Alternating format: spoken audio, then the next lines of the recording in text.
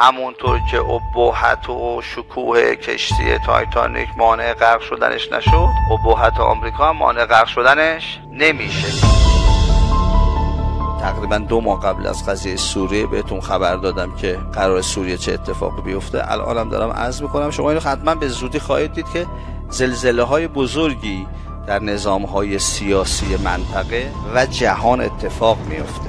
باور نکردنی هم هست، شما باور نمیکنید که اینا چجوری نابود شدن. بخونم براتون در سوره یونس آیه 13 میفهمد و لقد اهلکنا القرون من قبلکم لما ظلموا.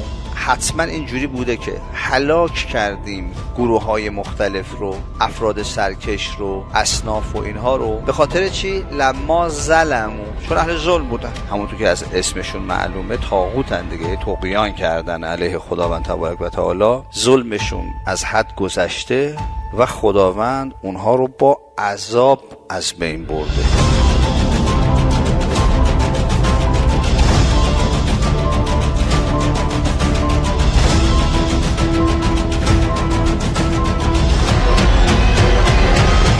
در قرآن انواع عذاب، از ریزش سنگ، از زلزله، از سیل و طوفان و چیزهای دیگر شما بخواید خداوند فرستاد تا طاغوت‌ها و ظالمینی که مردم رو شکنجه می‌کردن، اذیت می‌کردن، تسلط روی مردم داشتن، آزار می‌دادن مردم رو، از بین برده و فضا رو باز کرده برای تنفس تمدنی جدید.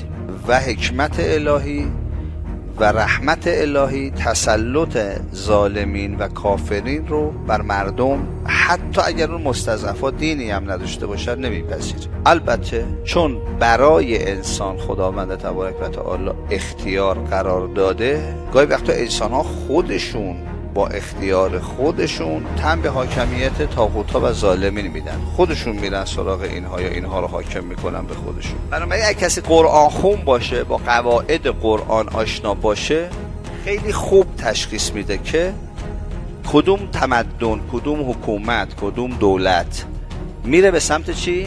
به سمت نابودی. خودش داره ضعیف میشه، تبلیغ میکنه که داره قوی میشه. شما رو به قوت میرید، او تبلیغ میکنه که شما دارید ضعیف میشید. فاصله انداختن بین واقعیت با فکر و تصور افکار عمومی. امروز صدا و سیمای ما، فعالان فضای مجازی ما، کار اساسی اینه که پرده توهم اقتدار دشمن رو پاره کنن، بشکنن.